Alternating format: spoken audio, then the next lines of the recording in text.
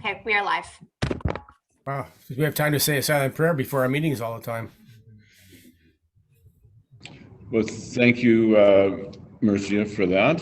And good morning, everyone, and welcome to the Committee of Adjustment meeting for the Township of Georgian Bay for Friday, October 15, 2021.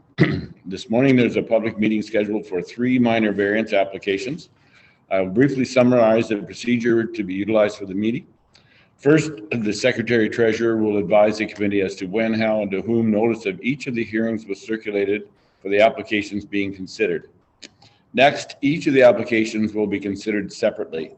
Planning staff will advise the purpose and effect of the applications and provide any other information that is relevant.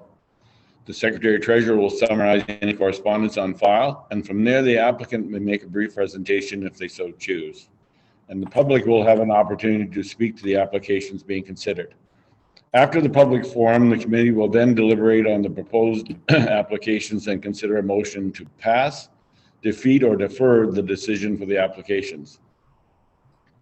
The minor variance applications being considered this morning are A21-07 for 6 Island 1800, A21-22 for 8 Island 3810, and A21-24 for 2 Island 1860. Are there any declarations of pecuniary interest? Okay. Seeing that, I notice we are missing a member this morning, Mr. Caddo. I'm not sure what's happened there. Very well, then we'll move to the Secretary Treasurer for information about notification. Chair Hill, we just have to adopt the agenda. Details. Details.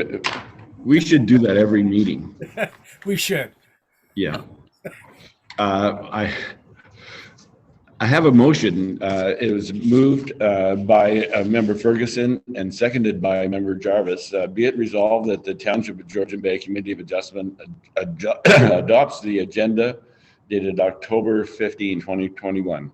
All those in favor, please raise your hand. Thank you. The motion is passed. And now, Madam Secretary, could you advise us about notifications? Notice of each of the applications was sent by first-class mail to the respective owners and assessed persons within 120 meters, 500 meters, or 800 meters, and to those persons and agencies likely to have an interest in the application. The notices were sent at least 20 days prior to this morning's meeting. Included in each notice was an explanation of the purpose and effect of the application and a key map showing the location of the property. Other relevant information may also have been provided. These circulations were provided in accordance with the provisions of the Planning Act 1990. Thank you, Madam Secretary. Our first minor variance application this morning is A21-07 for 6 Island 1800. Do we have the applicant available? We do, Chair. I will bring them in now.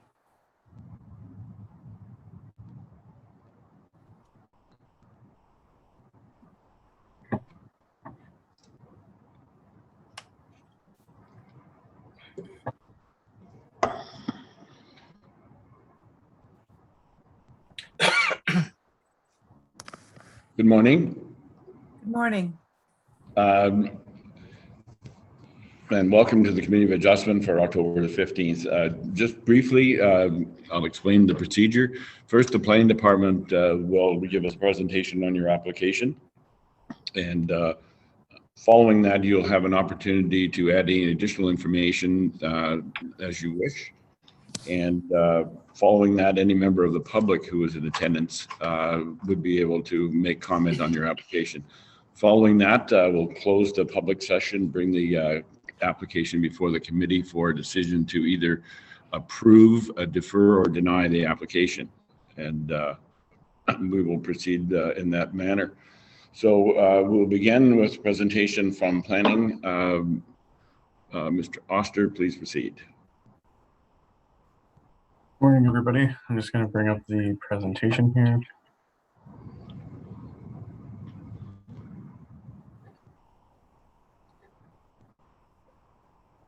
If I could get a thumbs up if everybody can see that. Perfect. All right, so our first minor variance application this morning is minor variance A21-07. The applicant is Clive Chamberlain, and Mike Dupuy of A-Draft is the agent on file. The lands are located at 6 Island 1800 in the Cognition community. An overview of the application is that it is to facilitate the construction of an addition to an existing legal non-complying dwelling. The entire addition would be set back more than 20 meters to the high water mark. There are no environmental features on or adjacent to the subject lands that required study. And the application was initially heard for public meeting by the committee in May of this year and was deferred pending completion of a site visit. So just some background for the application. For the May committee meeting, we did have 3 letters of no support or no objection that were submitted for the proposal, and 1 letter that was in support of deferral.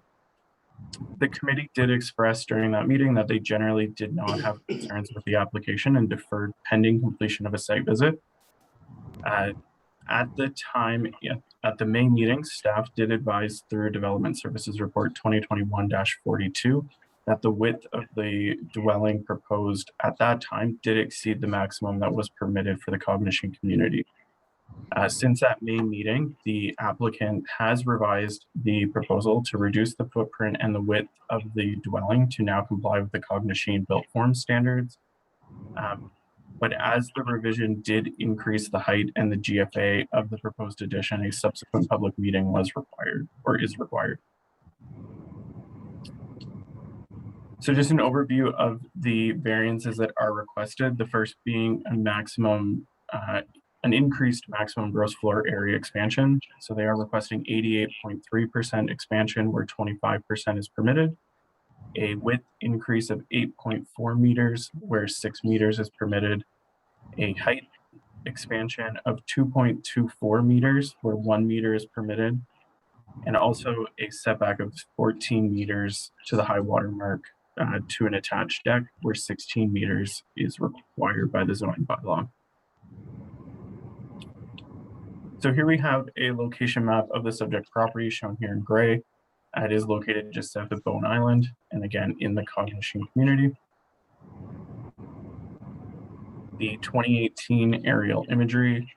So you can see some of the existing structures. There are 2 sleeping cabins on the property, these 2 locations here. This is the existing dwelling where the addition is proposed at this end in this area here. And the applicant has also identified a new septic envelope in this area here, set back more than 30 meters to the high water mark. So here we have the site plan or portion of the site plan for the proposed addition. You can see the existing dwelling shown here in the red outline with the proposed addition located here and the deck that is proposed to extend from the existing deck up to the proposed addition. And here is that septic envelope set back more than 30 meters from the high water mark contour. Here we have the elevations of the proposed dwelling with the addition. So the existing is shown in this kind of gray color with the proposed addition in green. It is a 1.5 story addition that they are proposing on the south end of the dwelling. I just wanted to review the Cognition built form standards with the committee as well. So there are 4 main built form standards that apply to dwellings within the Cognition community. The first being a maximum gross floor area, and given the frontage and area of this property, a maximum dwelling size of 325 square meters is permitted. The applicants are proposing 235 square meters. They are in compliance with the maximum building height restrictions for the community, as well as in compliance with the maximum dwelling width provisions. and are under the maximum permitted lot coverage for Cogmachine as well. So just a brief overview of Development Services Report 2021-78. Staff are recommending approval of the application subject to the recommended conditions. Some key points from that are that the entire proposed addition would be located more than 20 meters to the high water mark. The resulting dwelling entirely complies with the Cogmachine built form standards. They are proposing to utilize an existing cleared area to minimize further site alterations. And this also allows for the ability to implement site plan control to ensure the protection and retention of vegetation in the future. So staff are of the opinion that the application conforms to and does not conflict with any of the applicable planning policy documents and does meet the 4 tests of the Planning Act. So these are the recommended conditions. They are the pretty standard conditions the committee is used to seeing. Taxes be paid, requiring a site plan agreement. It's granted and fixed to the subject site plan extent, location, and scale that are contemplated with the application. Any fees or disbursements incurred are the responsibility of the applicant to pay, and they have 3 years to obtain building permits for the proposed construction. So that concludes my presentation. If the committee has any questions, I would be happy to answer. The applicant and their agent are also in attendance as well if there's any questions directly for them. Thank you. Thank you, Brad. Madam Secretary, has there been any correspondence in this application? 4 letters of support were received from Chris and Nina Hawley, David Drinkwater, Derek Keddy, and the Cogmachine Cottagers Association. Okay, thank you very much. Now to the applicant. Ms. Chamberlain, is there anything you wish to add to the planner's comments? No, Your Honor, I think they've explained it clearly. Certainly, Mr. Dupuis could speak to any specifics with the zoning and whatnot, but I would just say that, you know, we're just trying to do a modest addition to our grandparents' cottage that's been there for 60 years. Okay, thank you very much. Mr. Dupuis, is there anything you wish to add? Just a couple of quick points. When we originally started back in May, the footprint of the cottage was a bunch bigger than what it is because they wanted to do a low-lying cottage to keep the visual impact down as much as possible.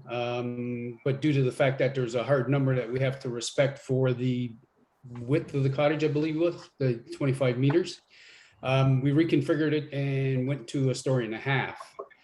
The location of the addition, pardon me, is right next to a natural rock outcropping and a bunch of fairly mature trees. So if you're coming at it from the water, because it's an island, there's multiple sides. Sorry, phone snuck up on me there. It's not going to be an eyesore by any stretch of the imagination. So it'll be rather tame in terms of its impact on the sight lines from the water. Pardon me. And we tried to make it, we did our best to keep it low lying, but because of the natural shape of the rock out in that area, we were forced to kind of move it up a little bit from the existing cottage. So I think it's the best compromise we can come up with to try and get the number of square feet they need for what's going on, and still keep it a fairly modest cottage on a modest piece of land. So pretty much adds up to everything I have to say. And I see Adam has joined the meeting here. Perhaps he has some comments. Hi, everyone. I just joined, so I don't know how much has been said. Mike, have you just been speaking? Yeah, I just went through the nature of the building itself, how it's kind of tucked away behind the rocks and the trees, and we tried to keep it low and keep the footprint tight and minimize the impact on the visual aspect. Yeah, that's the main thing that I want to get across or confirm, and is that our intention as a family is to keep it as low key as possible. And so once we heard the things that we needed to do to make sure we were in compliance with the width requirements, we did that, and that had the added benefit of actually shrinking the footprint of the building and allowing us to nestle it into the trees and rocks along the way that Mike is describing. So those would be my comments. Thanks very much for putting up with me being late like this. I apologize for that. Okay, thank you very much for your comments, everyone. I don't see any members of the public present at the meeting. So I will close the public session of the of the meeting and bring the application before the committee for any questions or comments. And we'll begin with Member Ferguson.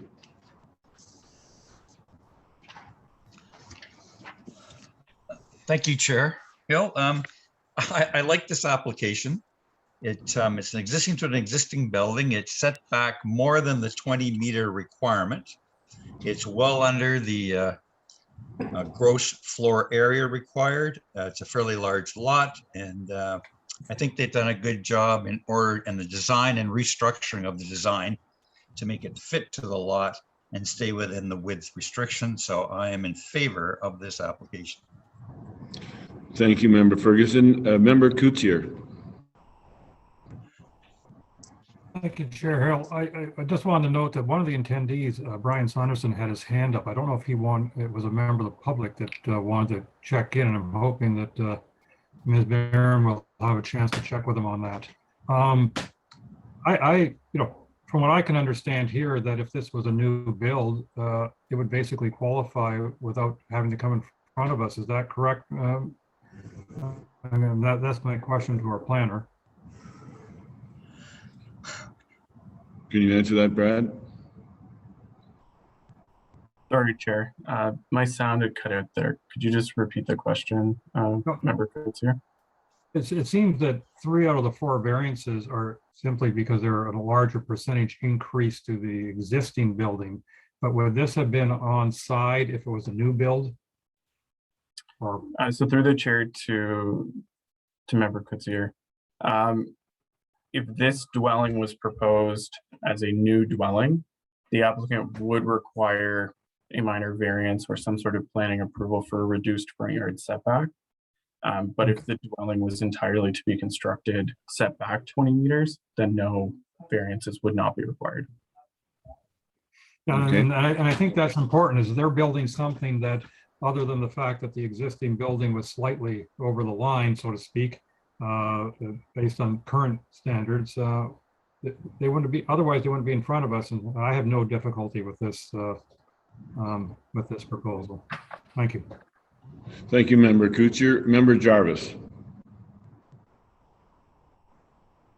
Yeah, as our planners aware, I was rather aghast at the 88.3% proposed increase in gross floor area. But of course, as Member Coutier has just outlined, it's well within the final square footage is well within the range of what's allowed, and as a new build, it wouldn't be an issue.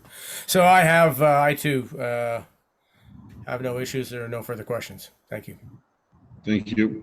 And I see that we have a new member or a new person joining us here, Brian Sanderson. I apologize. I didn't see you on the screen earlier.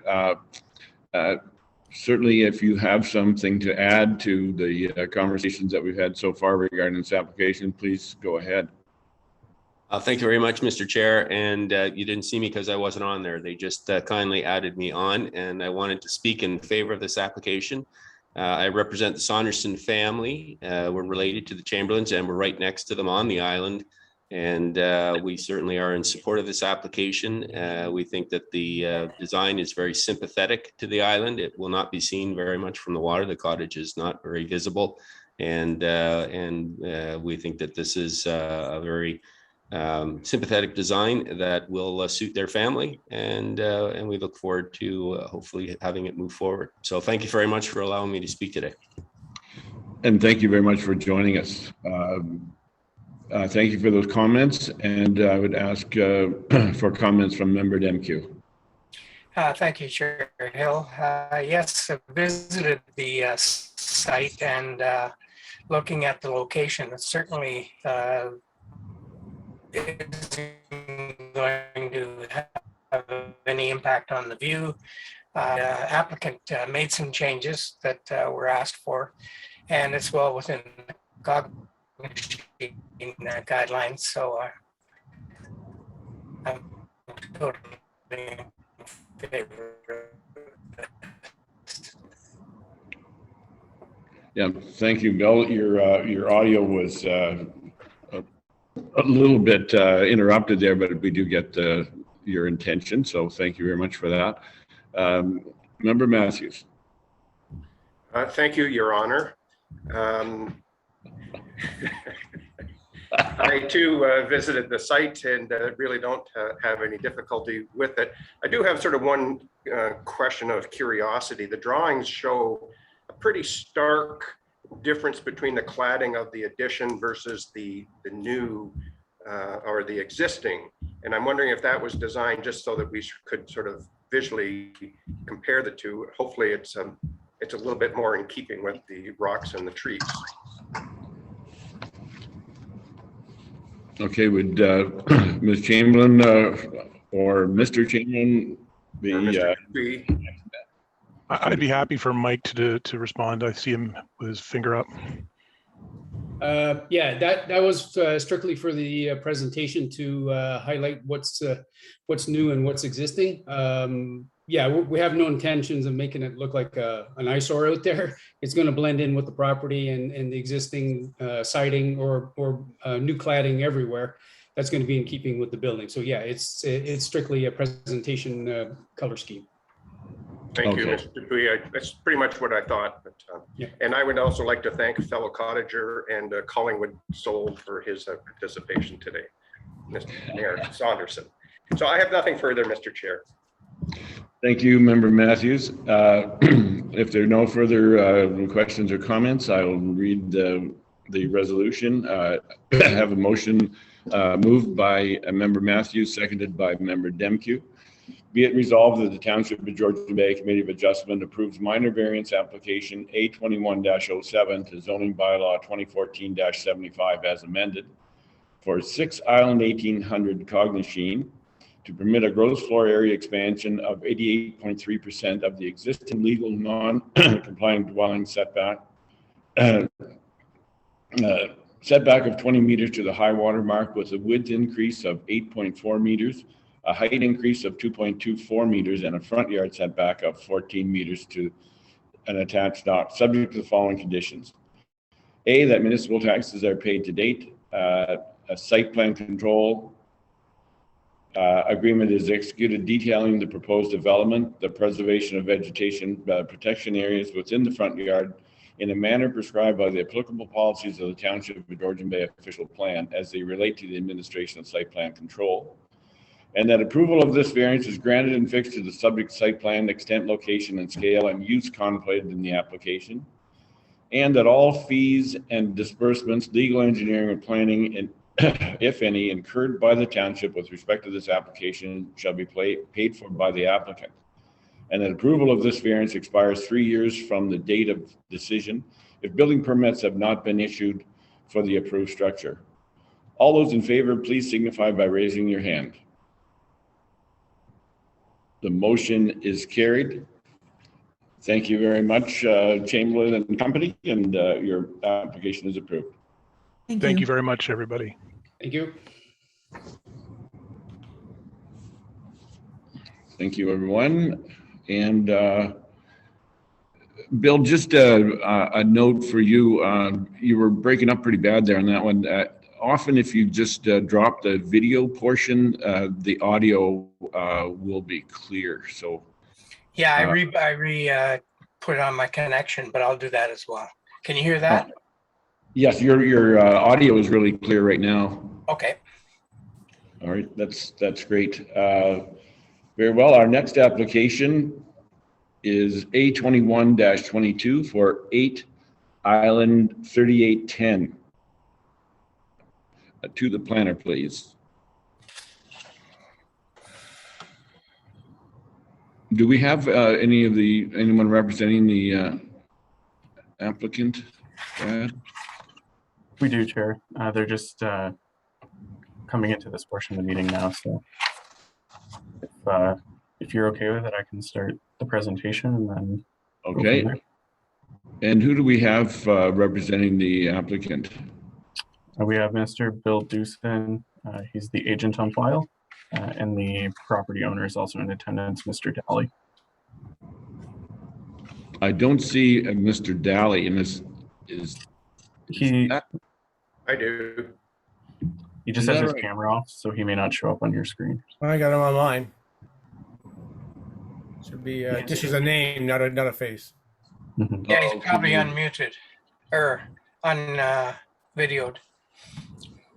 Okay, all right. I was wondering because on the last one, I didn't see the applicant either, but I see, There he is.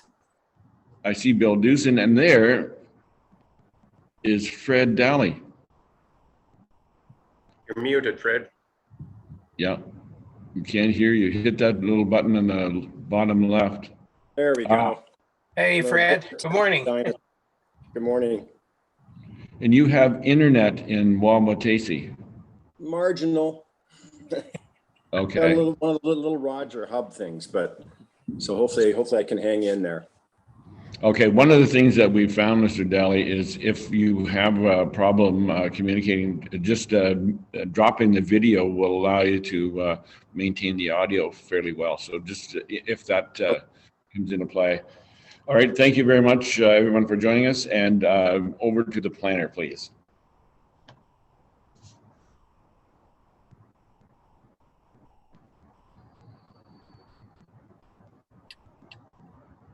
All right. So you just get a thumbs up that the presentation. Perfect. All right. So our next minor variance is application A21-22. The applicant is Fred Daly, and the agent is Dewson Architects Incorporated with William Dewson. The lands are located at 8 Island 3810 in the Wawatezi community. And the application is to facilitate the construction of an addition to an existing sleeping cabin. And there were no environmental features on or adjacent to these lands that required study. So there are two variances that are requested, the first being a maximum gross floor area, and the second being a maximum eave projection. So when the notice went out back in September, there were different numbers that were proposed, but they were greater than what the requests are now. The applicant has revised the proposal and has actually reduced the maximum gross floor area, as well as reduced the maximum eave projection. So they are requesting a maximum gross floor area of 65.87 square meters and a maximum eave projection of 2.4 meters on one wall of the sleeping cabin. So here we have a location map of the subject lands. They are located at the southern end of Gun Island, shown here in gray. The committee may be familiar with this property as there was a consent application last year that severed essentially this portion of the property here from the overall land holdings. The 2018 aerial imagery, you can see the existing dwelling located here, the in-water boathouse, some docking, and the subject sleeping cabin shown here.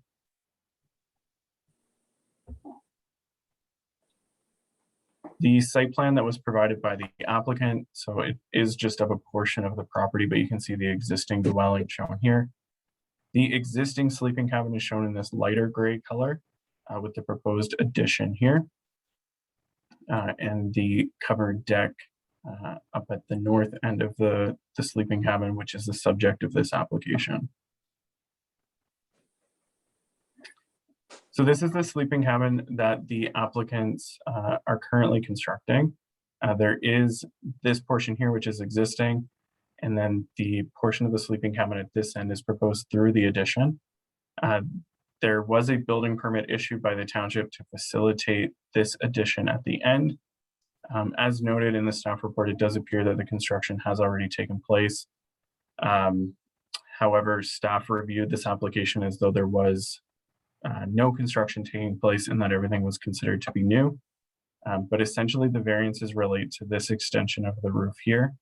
If this portion of the structure was not proposed, the roof overhang would match the maximum permitted 1.2 meters, and the area underneath it would not be counted as gross floor area, so it would comply with the maximum 56 square meters. But as this extension is proposed, the area under the roof then becomes part of the gross floor area calculation, which does put it over the 56 square meters.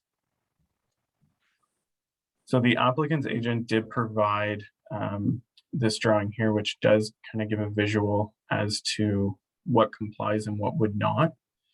So this is the existing sleeping cabin that does comply with the maximum size permitted and entirely complies with the zoning bylaw. The variances relate to essentially this overhang here. So this hatching shows what is the area that would go right up to the 56 square meters that would be in compliance. And then these areas here, what exceeds the 1.2 meters, but then also requires that once that roof overhang exceeds that maximum projection, the area underneath it does become included in the maximum gross floor area that does put this over the maximum size. So it's just a visual of kind of how those numbers break down. So a brief overview of Development Services Report 2021-79. Staff are recommending approval of the application subject to the conditions. As the building is located more than 50 meters to the high water mark of Georgian Bay, which does assist in minimizing visual impacts. The sleeping cabin would remain incidental and subordinate to the principal dwelling, which is the intent of the official plan policies as well as the zoning bylaw policies. And the vegetation that's on site would be protected through a site plan agreement. So planning staff are of the opinion that the application conforms to and does not conflict with any of the applicable planning policy documents and does meet the 4 tests of the Planning Act. So these are the conditions that we are recommending. They are the standard conditions that the committee is used to seeing. However, this does not include a condition for a site plan agreement, as one is already registered on title. And in effect, that does not require an amendment for the addition to the sleeping cabin. And that site plan control agreement was required through the consent application that the committee previously considered. So that concludes my presentation. If the committee has any questions, I would be happy to answer.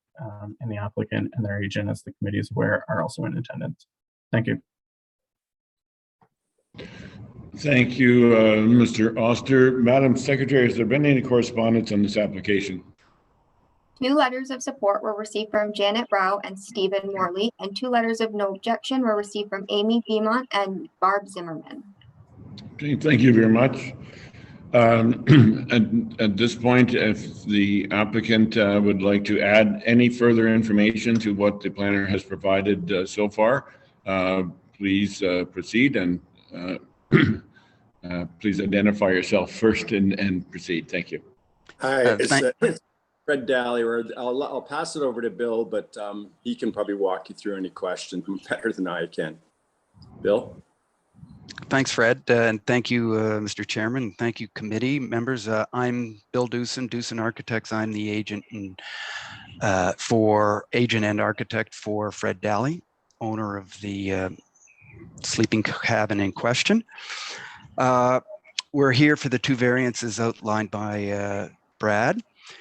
Before I describe any or answer any questions about the nuances of how we arrived at the various variances that we're requesting, I'd like to offer on behalf of Fred Daly, the owner, Andrew Ashcroft, the contractor, and myself as the architect, our apologies for constructing the roof of this existing cabin as if we have approval from the from the committee for this variance.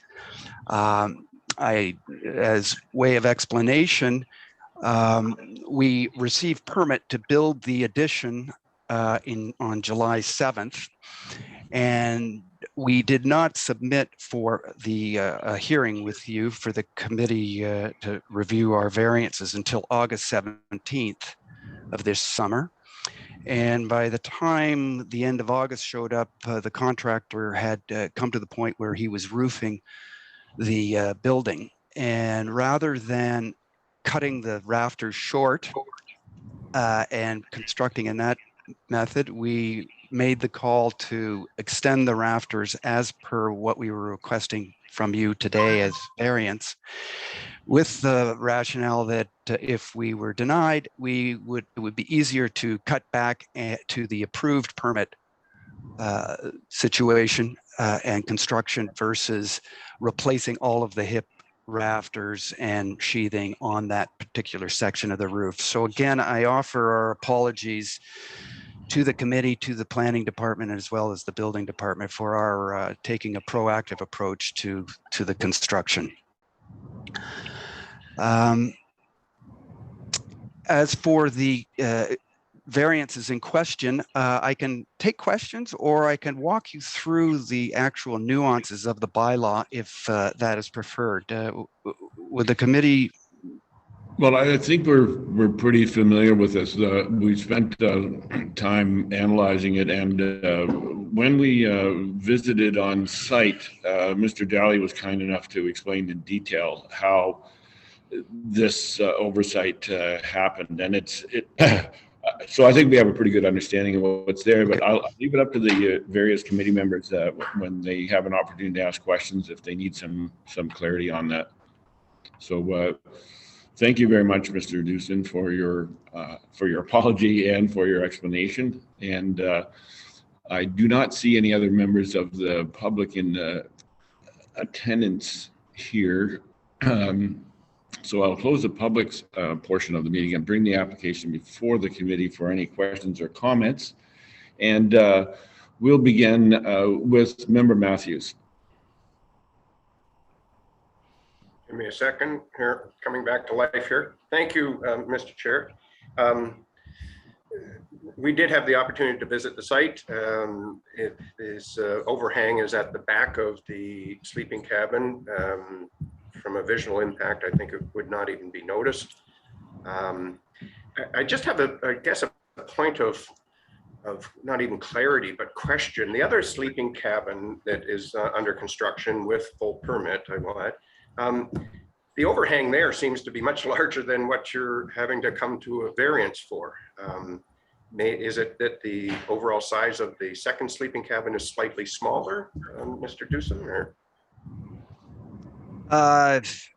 Yes.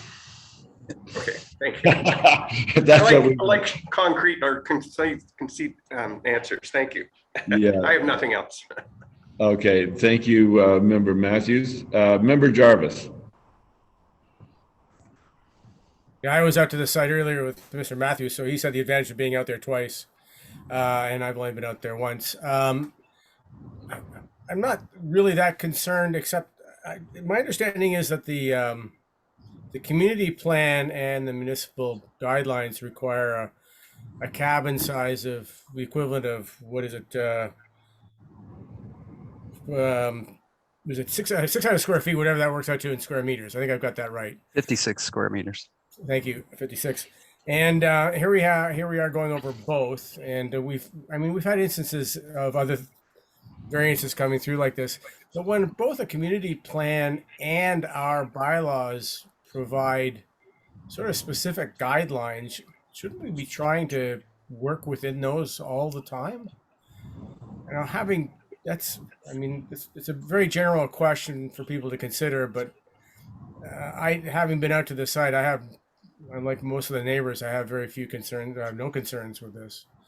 But I'm just wondering, just as a matter of policy, whether we should be following a little more closely with the plans that the localities where these places are being built have sort of specified in their OPs. Yeah. Anyway, Brad, other than that, I have no issues. Brad, could I ask you to comment on on Mr. Jarvis's point? Yeah, so through the chair to Member Jarvis, the township's official plan doesn't necessarily set a maximum size for a sleeping cabin. The policies that are in the official plan speak to ensuring that sleeping cabins remain incidental and subordinate to the principal use of the property or the principal building. So in this case, on a residential property, a sleeping cabin has to be accessory or smaller than what the main dwelling is. So in this case, I believe that the numbers worked out to 29%, the GFA of the proposed sleeping cabin compared to the GFA of the existing dwelling.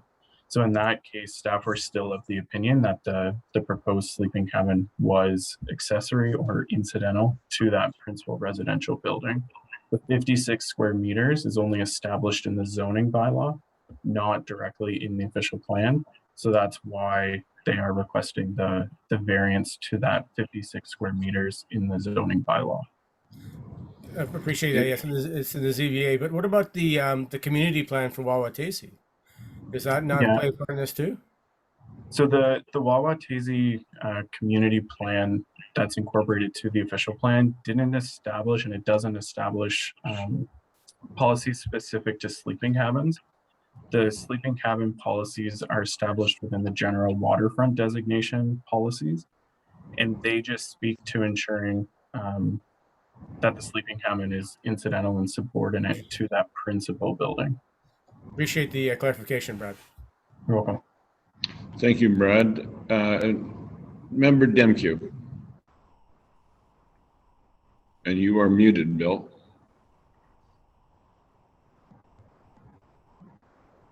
Yeah. I bet he's trying to show his video. Okay, try that. Is that Okay? Can you hear me now? Yes. Okay. I visited the site as well, and really have no specific concerns. I appreciate Member Jarvis's question and Brad's answer, because that helps me understand a little bit about what's covered and what isn't, and how it applies to each of the different guidelines. But I have no objection to this. The roof line actually would run right in line with the rest, so it makes it look like a normal extension. So I'm fine with this. This is good in my sight. Thank you very much, Mr. Demke. Member Coutier. Thank you, Chair Hill. I was not able to join the various people who made their expeditions out there, but I'm quite familiar with the location, having been to the island numerous times in the past.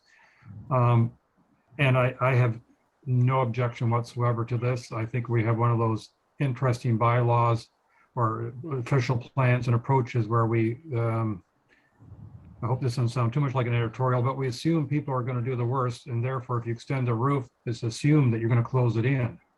And we know that the closed in area is under 56 square meters, or the original building permit would never have been issued. So the fact that the Dallies want a covered area behind their cabin, that puts it over, but it's not actually interior by interior square footage, it's by defined exterior square footage, or drip line if you prefer. But in this case, I have no issue. It's well below the tree line. It's well away from the water. It's going to be a challenge for anybody boating by to realize it's actually occurred. And as our planner has pointed out, it's clearly subordinate to the main building. So I have no objection.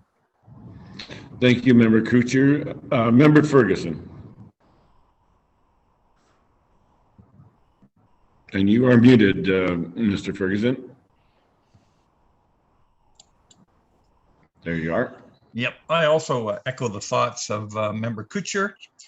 This variance is roughly 100 square feet, a little over 100 square feet, and it really consists of simply a covered deck or porch. It's 50 meters back from the high water mark, and it isn't really visible.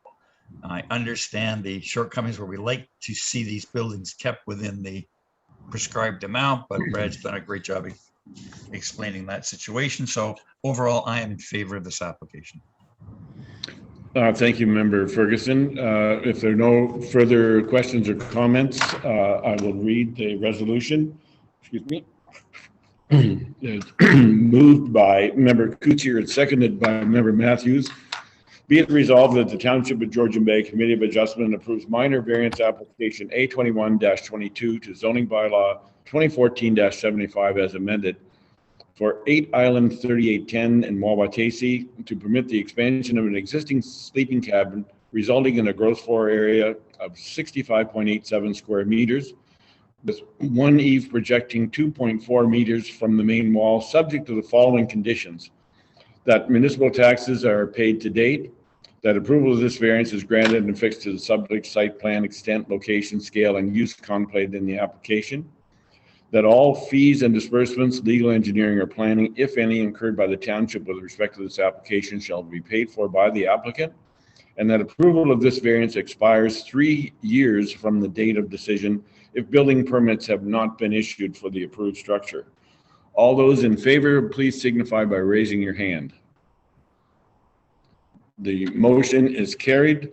The application is approved. Thank you, Mr. Daly and Mr. Dewson, for attending today. And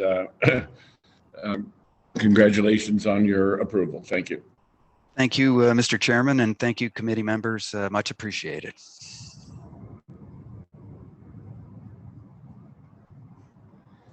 Very well. Fred, you're muted, but. Fred, we can see you, but we can't hear you. Unmute. Okay. Can you hear me now? Yeah, there We you can go. hear you now.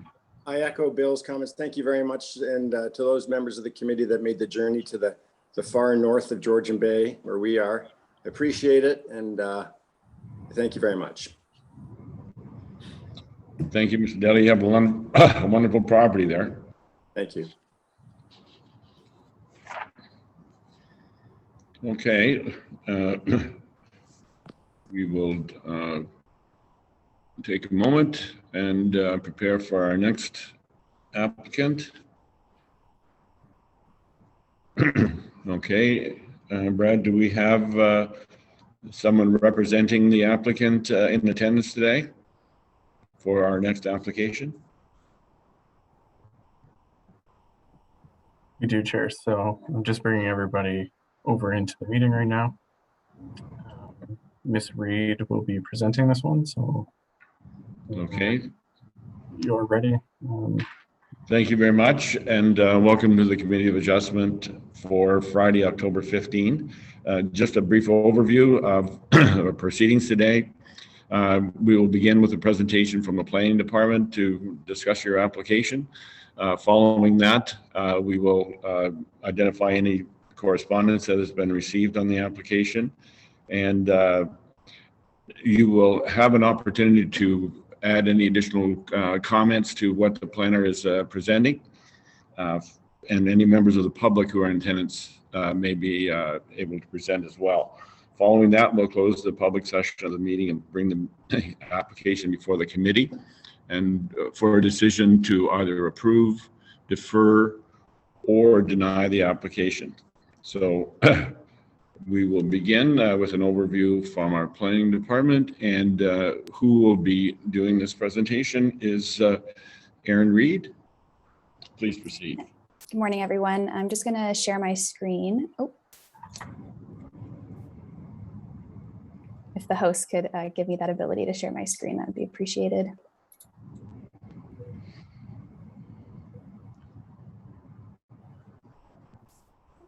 All right. So if I could just get a thumbs up from everyone that you can see my screen. Awesome. All right, so we're looking at consent application or minor variance application A2124. Apologies for the typos up front.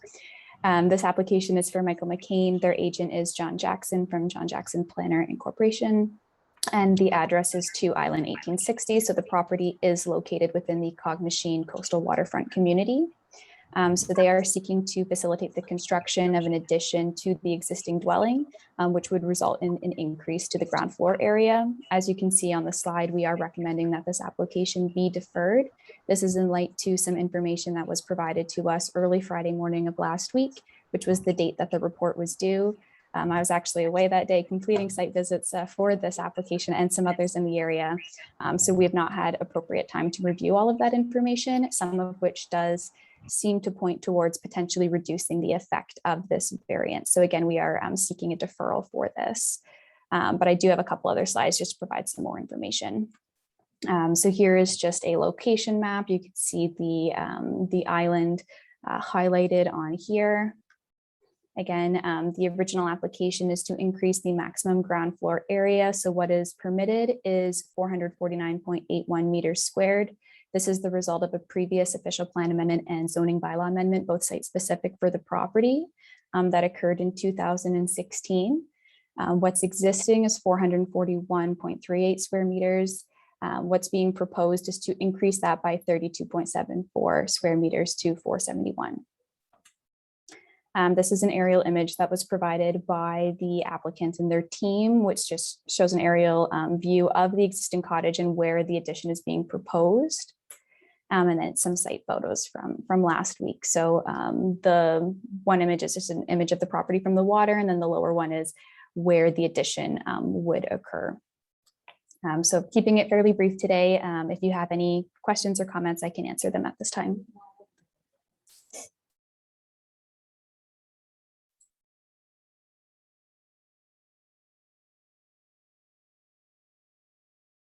Apologies, Chair Hill, we can't hear you. You're muted, Tom. Madam Secretary, do we have any correspondence in this application? 5 letters of support were received from David Drinkwater, the Withers family, Hillary McCain and Michael Sharp, Doug and Dana Turnbull, and Lauren Jones Davies. 1 letter of objection was received from Kathy Cooper, and 1 letter in support of deferral was received from the Cognishing Cottagers Association. Thank you very much.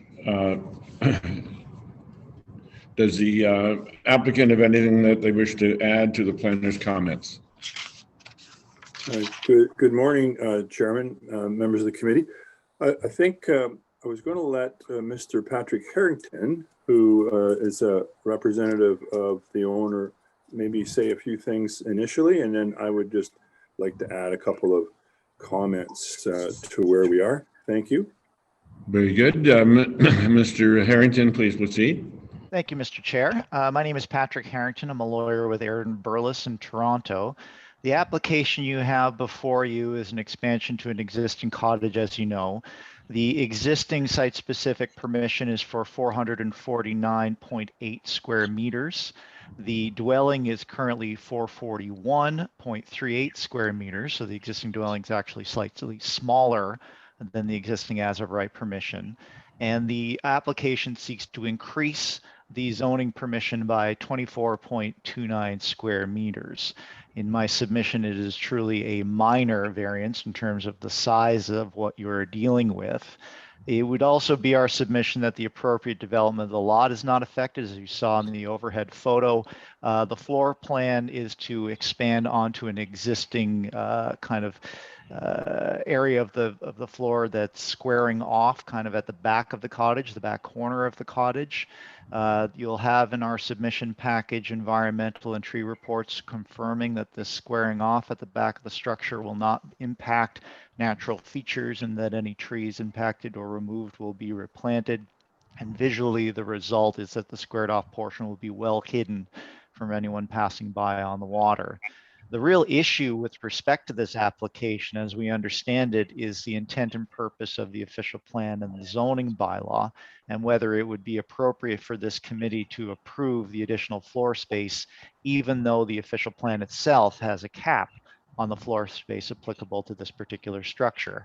And the committee will have in its package my letter on file confirming that the Ontario Divisional Court and what we now call the Ontario Land Tribunal have repeatedly indicated that this committee does have the independent authority to approve minor variances that exceed a limit prescribed in an official plan or a zoning bylaw. On a zoning bylaw, that's the very purpose for having the minor variance power, is where there is a limit prescribed by the zoning bylaw. People come before this committee and try to justify an exceedance of that limit. So the real question is whether or not it maintains the general intent and purpose of the official plan to exceed a number that is prescribed in the official plan. And to the extent that's a legal issue, I have provided my opinion that that is clearly yes. The divisional court recognizes that the municipality can't, through a site-specific standard in an official plan, take away the authority of this committee to assess an application on its general intent and purpose, so that you would have the ability to approve this application if you found it met the 4 tests of the Planning Act, including the intent and purpose of the OP. So then the second question is, what is the intent and purpose of the OP, and what do you look at in determining where you measure that departure from? That is in effect a planning question, and my client's planner and project manager are on the call this morning to answer any questions you might have. But with respect to the history of this particular island, as you're made aware by the township's planner, this was a cottage that was actually legalized a number of years ago through OPA 3. What that did was take a legal non-conforming structure and put into the OP and zoning specific policies that legalize the structure as it sits. And in my submission, when you are assessing the general intent and purpose of the official plan and zoning bylaw, you must start from those site-specific permissions as granted by council. So you wouldn't look to the general intent and purpose of the other portions of the OP with respect to size and determine how far the departure is from that particular size. That would wipe out essentially what OPA 3 did, which was legalize the structure. And I would note it would penalize my client insofar as that if they had left their structure as legal non-conforming, this committee under section 45.2 would always have the authority to apply or receive an application to consider extensions of legal non-conforming uses. What the legalization of the structure did was put the 4 tests of the Planning Act under 45.1, make it applicable to this particular structure and allow this type of application to come before you as we have done today. So if you accept the fact that this is a 24 or roughly 24 square meter departure from the OPA and zoning limits on gross floor area, but you find that the general intent and purpose is maintained with respect to the policies applicable to this island, and that it does represent appropriate development of the lot and it's truly minor, then in my submission, you do have the authority to go ahead and give the approval. You'll also note that my client has indicated that there would be a willingness to accept conditions on this that would exclude other as-of-right structures such as the sauna, which is an as-of-right permission under the zoning bylaw. I know the staff recommendation had been for a deferral. However, I think the application is clear enough to the committee members to understand what we're asking for, and given the size and nature of what we're asking for, we believe it's appropriate for the committee to go ahead and rule on it today. Thank you very much, Mr. Harrington. Mr. Jackson, is there something that you would care to add to that? Just a few things, Mr. Chairman. Thank you. And thank you, Patrick, for that. Having been involved in this project for some months now, I have very much a belief that this will satisfy the 4 tests and under the Planning Act in terms of being acceptable minor variance. I think that Patrick's description of truly minor is there, and the late information underlines that, where where the owner is prepared to actually forego some additional structures that are as of right, that will really reduce the ask to probably just a small amount over 100 additional square feet in terms of net impact on the island. And those that got out there will know that it is well hidden, and the assessments that were done will show that any remedial work will make sure that takes place. I do agree with the rationale of the comments by Mr. Harrington that there's not much benefit to an official plan amendment. In my humble opinion, the assessment can be made on its own merits as described.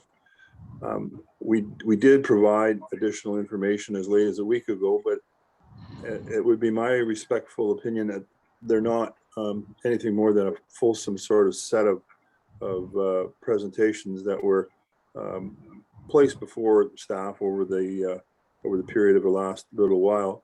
And I'm not sure it truly it warrants the need to have further deliberations. Our first choice would to have the committee go forward. Certainly, we wouldn't want a refusal if we could avoid that. So is the deferral necessary in my world?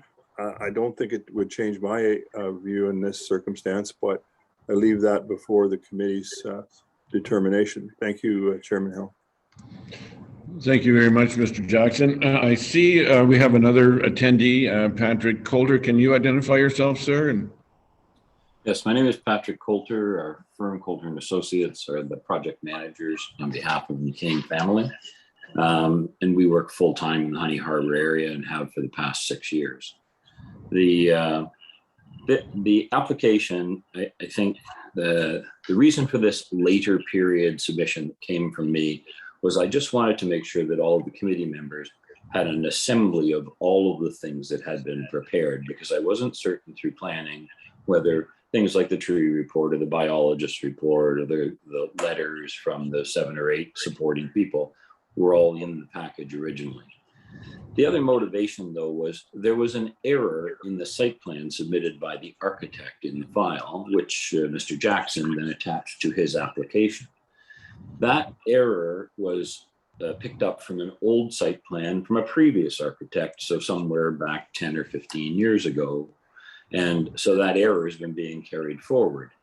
That's why you end up with an official plan approval for a bigger building than actually exists on the site. So that leaves us with that sort of extra 100 square feet that is already pre-approved in the previous submission.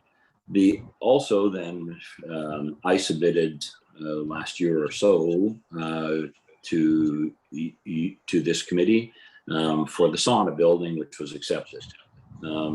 Certainly that could be eliminated to allow that square footage also to be attached, but so that our overall impact on the island doesn't change.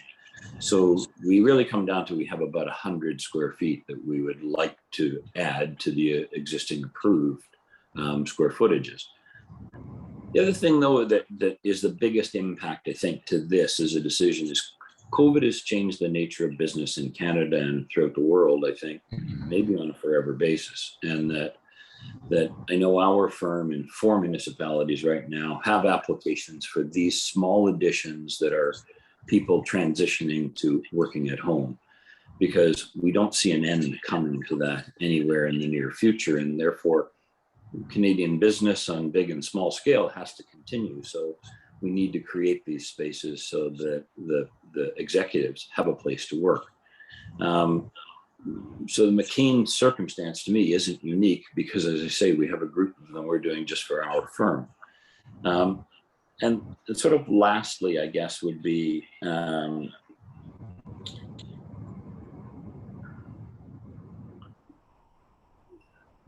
I look at it as a person who works in the community, and that all of the people that we attract to the Honey Harbor area and keep there for longer periods of time, they become good contributors to all of our businesses that are in the community. And so bringing the people like Mr. McCain there on a more of a full-time basis throughout, half of the year is a positive impact to a lot of others, including myself. So if there are any other questions that the group of us could field on your behalf, Mr. Chairman. Thank you, Mr. Coulter. Just one point of clarity here. The new submission or the new information that was presented on behalf of your client, is it just as you described, a better site plan that eliminated an error in the past? And what I'm looking for is that you weren't part of your submission requiring changes to what the original application envisioned. So it was just a clarification on what was submitted prior. Yes, and the realities is in the submission, it showed the original building as being bigger than it really is, so that the impact of the addition seems bigger. But the overall square footage, in other words, the size of the building as a finished entity, will still match that number. So the number in the application, the number on the plan, and the number on the site plan now would all align. So there was a differentiation between what the site plan was reflecting and what the application was talking about. So now the site plan agrees, so that there are no discrepancies. But we're not asking for, there's no change in what the request is. It's a small addition that sits where the porch and patio are now. It's, as for all of you that have been to the site, you know that it's virtually invisible from the water. That's why we provided the aerial shots, so that you could have a better appreciation of actually how it nestles into the space. And because it sits on an existing patio and porch area, other than one truly 2-inch tree, that's the only thing we're removing for this project. And we only planted that tree a couple of years ago. So, we had John, the landscape architect, who has actually been the landscape architect for this project since the building was built originally. He's the one that has influenced all that tree planting on the island and created that atmosphere that you see today. And I think you all can appreciate it's a well done project. Yeah, I was just wanting to make it clear, and it was referred to by Ms. Reed when she did her presentation that you know, there was a new submission, and obviously we're wondering, you know, what that new submission would entail. But it sounds to me it's more of a clarification than you know, a change in what your original request was in this request for minor variance. So thank you very much, Mr. Calder, for clarifying that. Is there anyone else that wishes to speak to this application? Okay, I will come back to you, Ms. Reed. I'll just ask again the secretary if we had any correspondence in this application.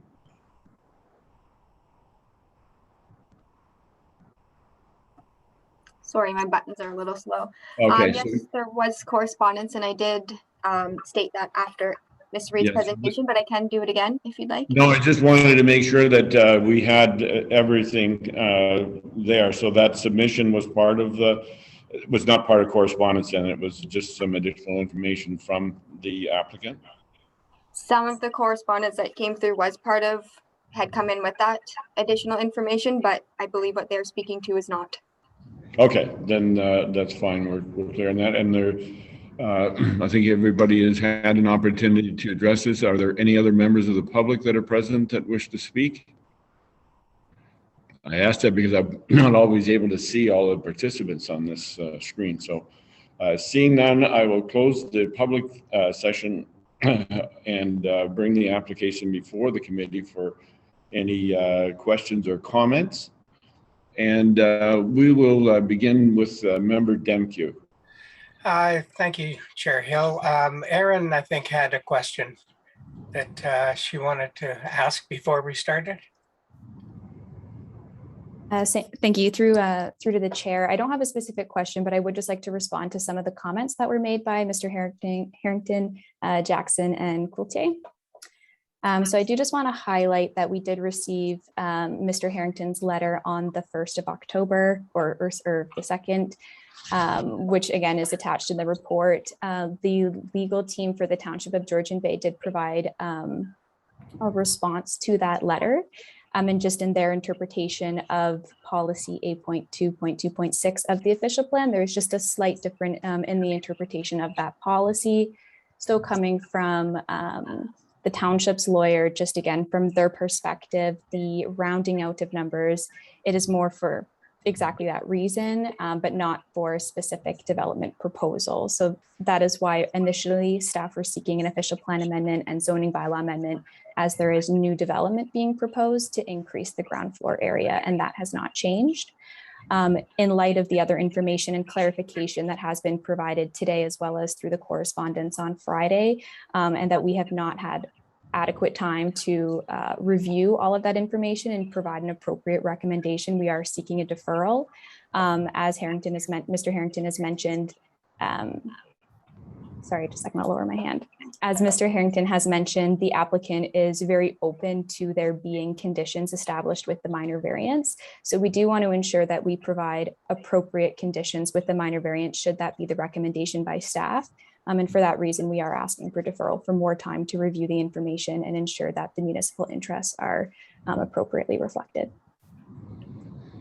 Again, thank you for that, Ms. Reed. And I guess I'm not clear on the content of that comment. You're saying that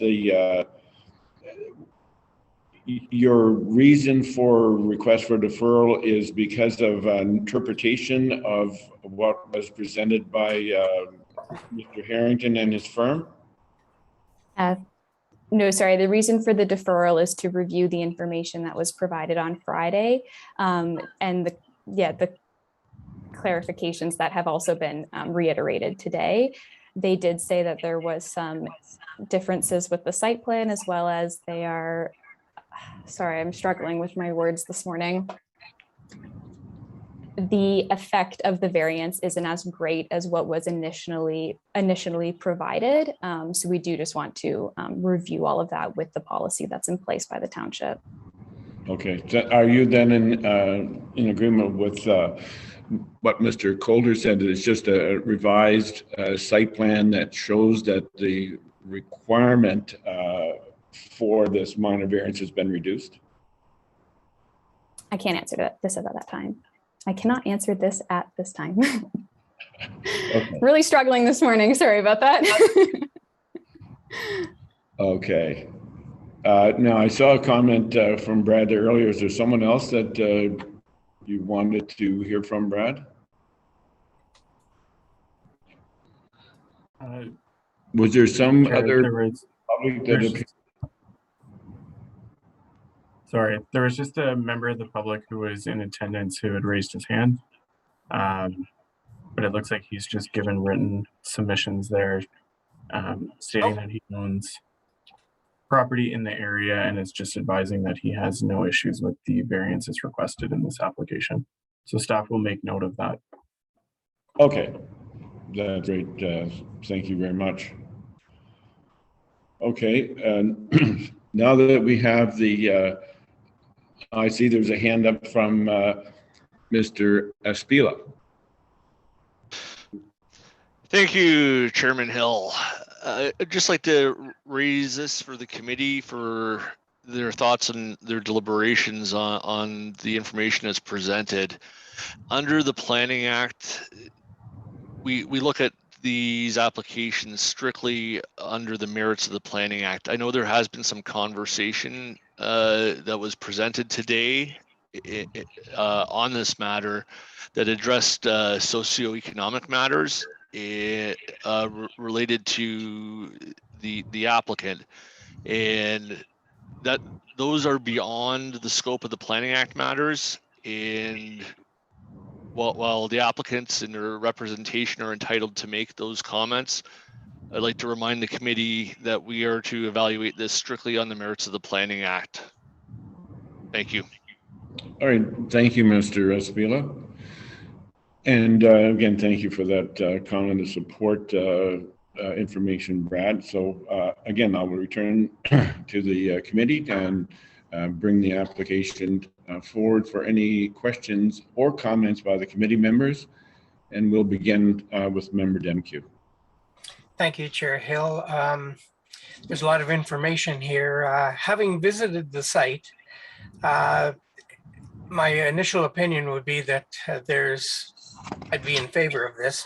It's totally hidden away, not very large. I'm not sure if I understand the conversations today regarding the submissions, that the submission would affect my decision unless there's a legal reason that we should not pass it and defer it. I'm in favor of accepting at this point. Thank you very much, Member Demkew. Member Jarvis. Thank you. And looking back to comments made by Mr. Harrington here and further comments made by Ms. Reed. And my biggest concern right now is I can't help but consider the whole complex, despite comments made by Mr. Harrington and with the addition on it. The building itself was subject to a site-specific official plan amendment a little while back. Is it correct that currently our zoning allows for a building to be, was it 325 square meters? Is that correct? Just without any variances or planning changes? And yet we've got a building already that's well over that amount and we're adding to it. That's where I have issues with this. If there's other information that may change, the total square footage of this building, I really do have objections. Yes, the variance we're looking at right now is minor compared to the size of the building, but look at the size of the building. Yes, it's well hidden. There's lots of good trees, but I think we got to look at the full impact of that large structure to begin with, and we're adding more to a large structure, and I really do have objections to that. Thank you. Thank you, Member Jarvis. I think the presentation from Mr. Harrington, and you can clarify that, states that the official plan amendment for the existing property is 400 and more square feet. Would you clarify that, please, Mr. Harrington? Thank you, sir. There is a specific policy in the official plan and a corresponding regulation in the zoning bylaw that permits the dwelling to be 449.81 square meters. And that was approved, I believe, in 2016. So that is the legal size or the legally permitted size of the dwelling. I have no disagreement with that comment. That's not the point. The point is that despite the fact that we have legally, or the current size of the building was previously legally approved, it still exceeded at that time what we normally allow for in a building without having to go for an OPA. And then we're just adding to it. And that's where I have objections.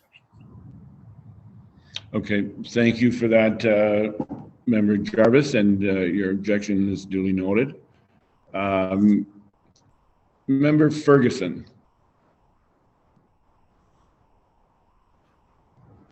You're still muted. There we are. Oh, you're muted, Mike.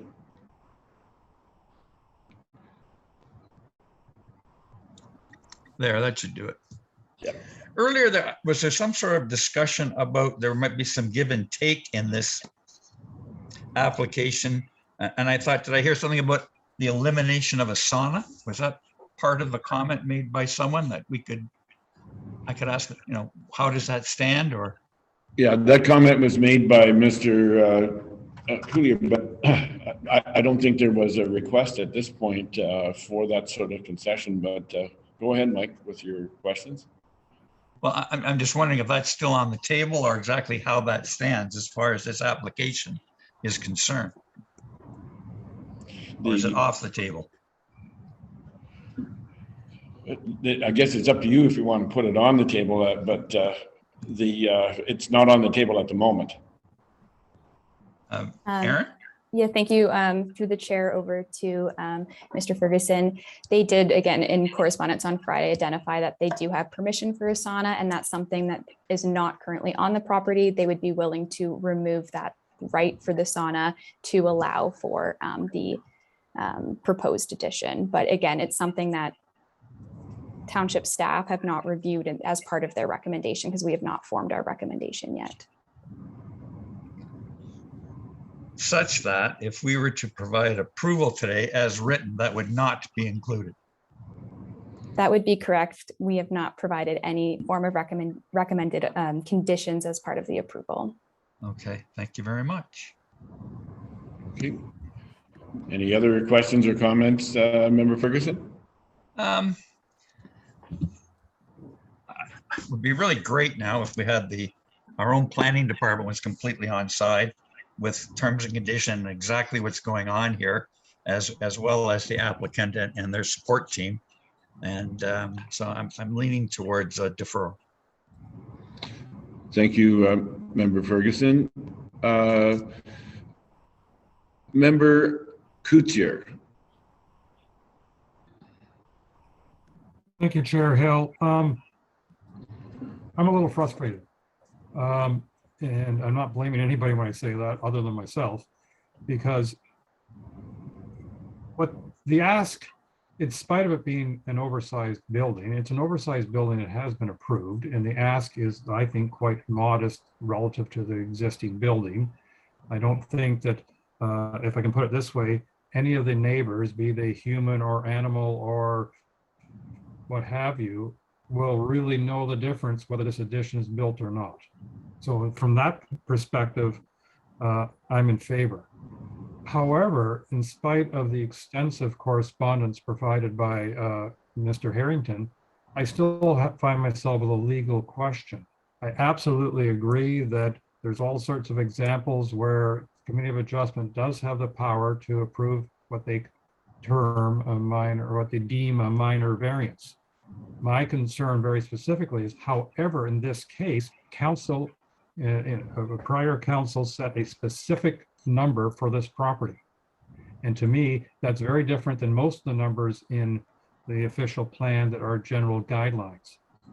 And I find myself wishing to confirm with our legal team whether or not, because council set that specific limit, is it up to council to allow an expansion, an increase to that limit? And so if it wasn't for that legal question, I would be voting in favor of this application. But because of that question, I would like to see that legal question firmly resolved. I'm not 100% satisfied with the letter from our lawyer that it has made a direct answer to the question I would like to have answered. I'm concerned about our, let me call it, legal exposure. And that's why I would prefer a deferral at this time. Thank you. Thank you, Member Kutsier. That question was addressed by Mr. Harrington in his initial address. And my understanding from his comments is that, because council approved that larger size, that now becomes the starting point. That's the baseline under which the minor variance application is measured. But to your point, Member Kutsier, I'm not a lawyer, and if you feel more comfortable in getting clarity on that, then I respect your opinion.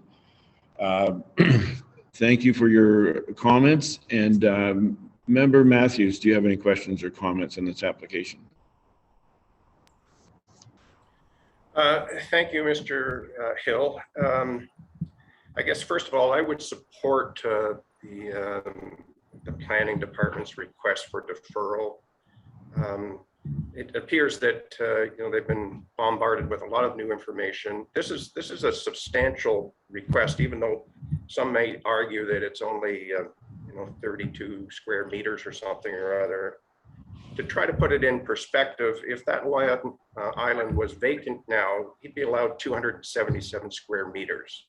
We're getting up to 474, almost 200 square meters over what Cognoscine's official plan would allow. Now, I understand it was built before that and there was this official plan amendment, but to Mr. Kutsier's point, I thought the official plan amendment said full stop at that point, nothing more.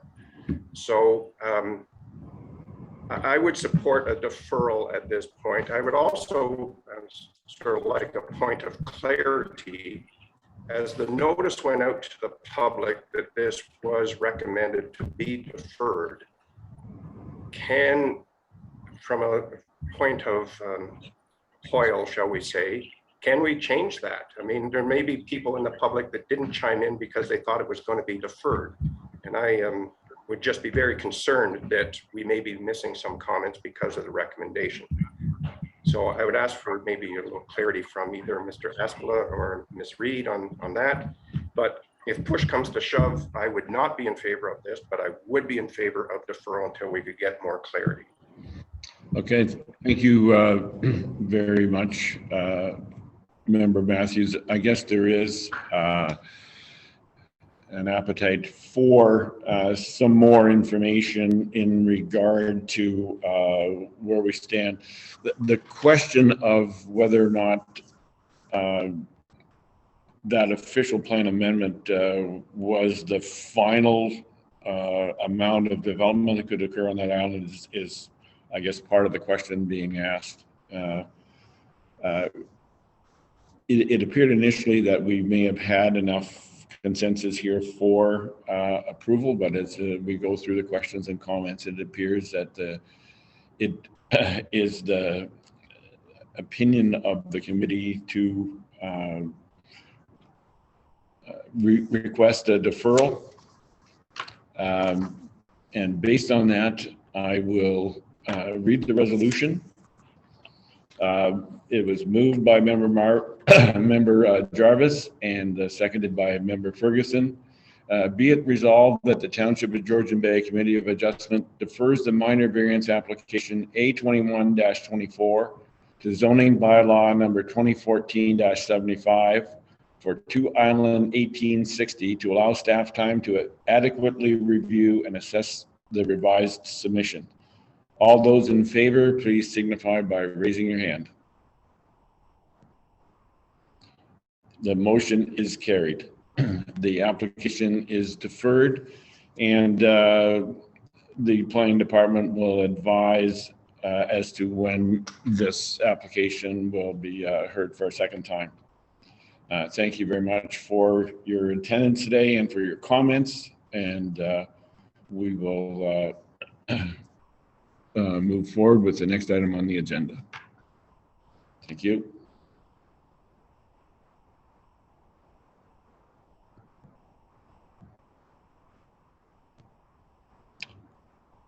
Okay.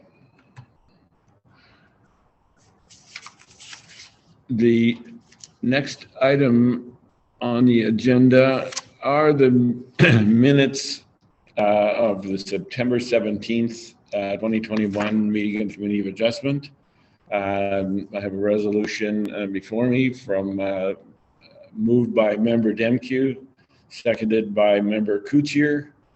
Be it resolved that the Township of Georgian Bay Committee of Adjustment approves the minutes of September 17, 2021 as amended and circulated. All those in favor, please signify by raising your hand. Thank you. The motion is carried. And I have a final resolution here moved by Member Matthews and seconded by Member Ferguson.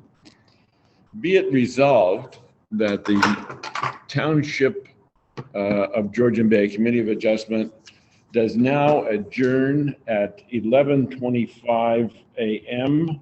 until November 12, 2021 at 10 o'clock or at the call of the chair.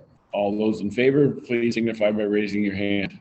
The motion is carried, and the today's meeting is closed.